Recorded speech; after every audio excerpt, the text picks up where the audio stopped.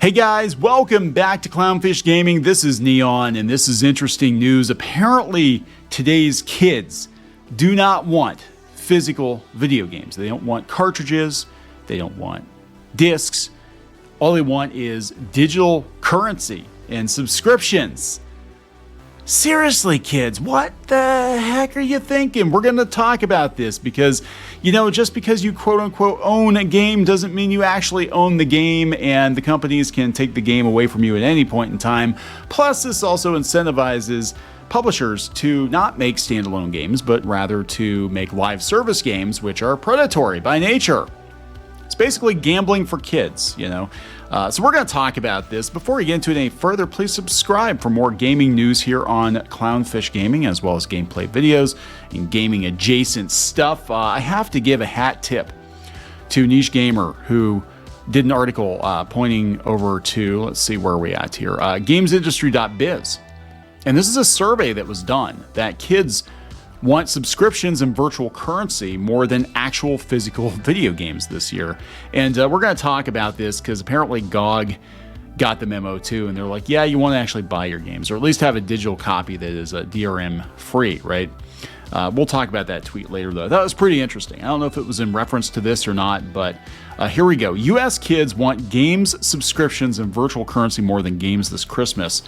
A survey showed only 22% of U.S. kids want physical games for the holidays. Wow. 72% of kids want game-related products for Christmas, but only 22% have asked for physical games, according to the Entertainment Software Association. Of the 500-plus children surveyed, ages 10 to 17, most are planning to ask for video game-related gifts for the holidays. Subscriptions were the most popular gift idea at 39%, followed closely by consoles at 38%, game accessories at 32%, and in-game currency at 29%. You gotta get your Robux and your V-Bucks and your whatever bucks, simoleons or whatever the kids are doing now. Surprisingly, only 22% of the children surveyed wanted physical video games this Christmas. Teach your children well, because they're not old enough to have learned that just because they're playing a game now that's very popular, like Roblox or like Fortnite, it doesn't mean that game is going to be around forever. Okay, it doesn't mean that all their achievements and all the stuff that they bought is going to be online forever. Ask Club Penguin players how they felt, So I think this is a huge mistake. But again, they're kids, and what's popular? Roblox, Fortnite, all these games that live in this digital space, these live service games. And this is what AAA wants to be. Like, you pay $70 for the game and you still have to pay every month. And look, publishers they're going to love it if you're a subscriber. That's what they want. This is why they're getting rid of physical media in movies and television, right? In fact, Warner Brothers made headlines this week for yanking 1,000 seasons of TV shows off of the PlayStation Store. These are shows that you had to buy. And guess what? You don't get anything for it. You don't get your money back. You get nothing.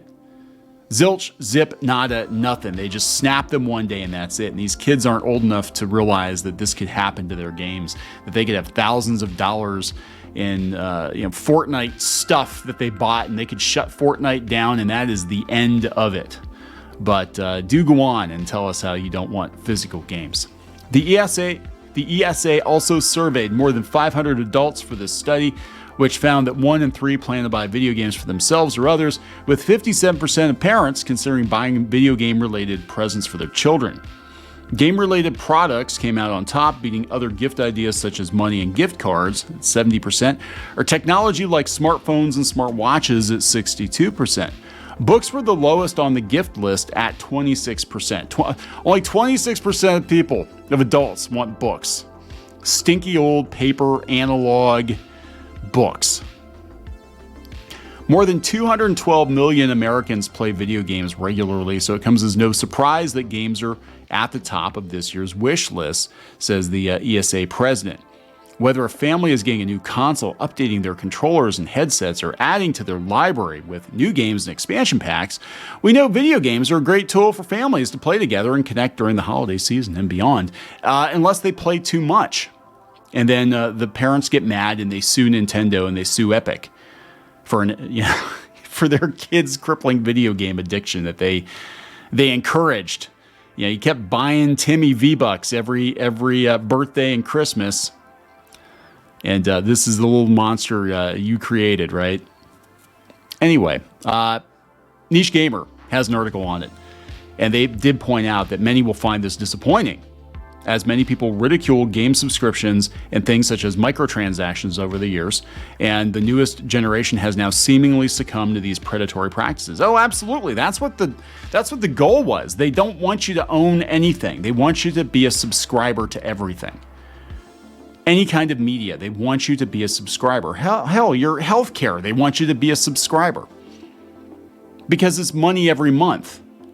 It's guaranteed money for the publisher every month. Why charge somebody once for a game that you can keep charging them every month for the next 5-10 years?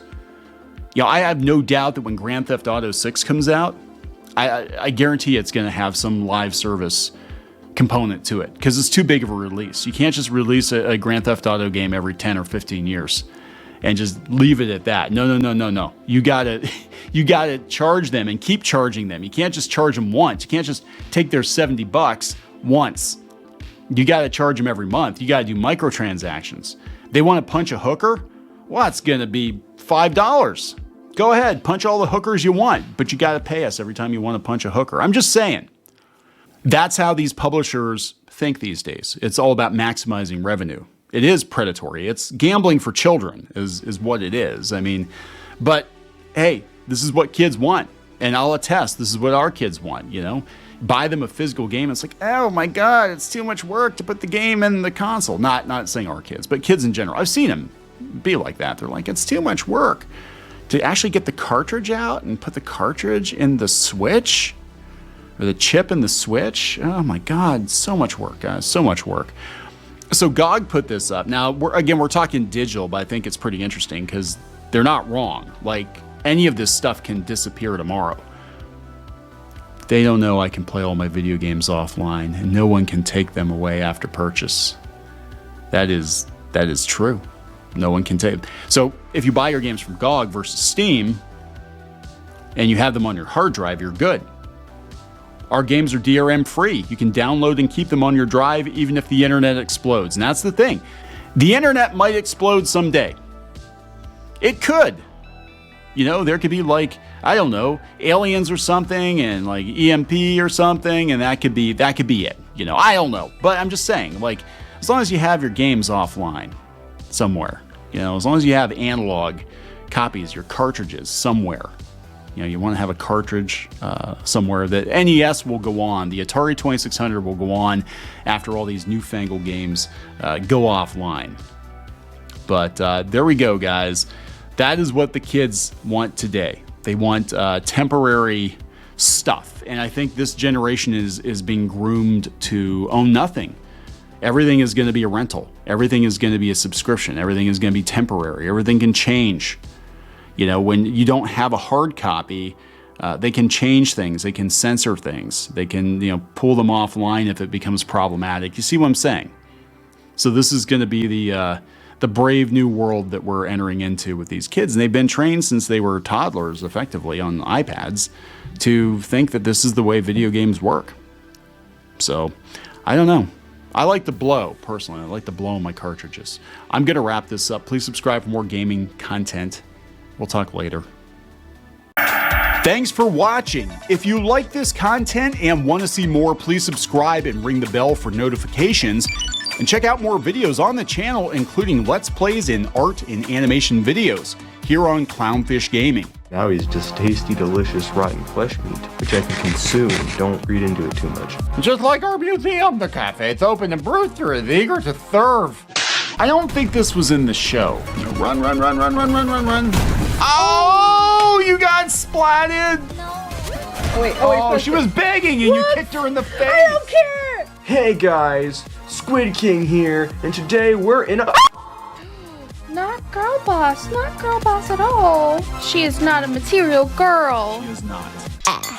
Oh, it's Christmas time here in your mom. Nobody wants to join your mom. What? Like, I can't even cook kid cuisine right. I would last about 2 minutes with Gordon Ramsay. What? Where is he? He's hiding. He's hiding from you. Better. Oh my God, you got the axe. Walker, does this look like Steven Universe? Let me punch him! Well, I'm just here for the wax. Right where you belong. Get in the dirt. Well, that was a combination of events I probably shouldn't have put together. Anyways, let's open this bottle too. Chica pinata. Is that official? Oh, no. There's a bootleg. Hello. I'm sorry. Hey guys, it's Diamond Tool. Let's make a farm. Like and subscribe and buy my merch. I mean, while you're here, you guys should like really like and subscribe and buy our merch, all of which we have. That is true. You can't run them carrying trash. You can get away with one F-bomb per PG-13 movie. I wish I'd known that sooner. Yeah. All right, so we're going to wrap this effer up. Yes.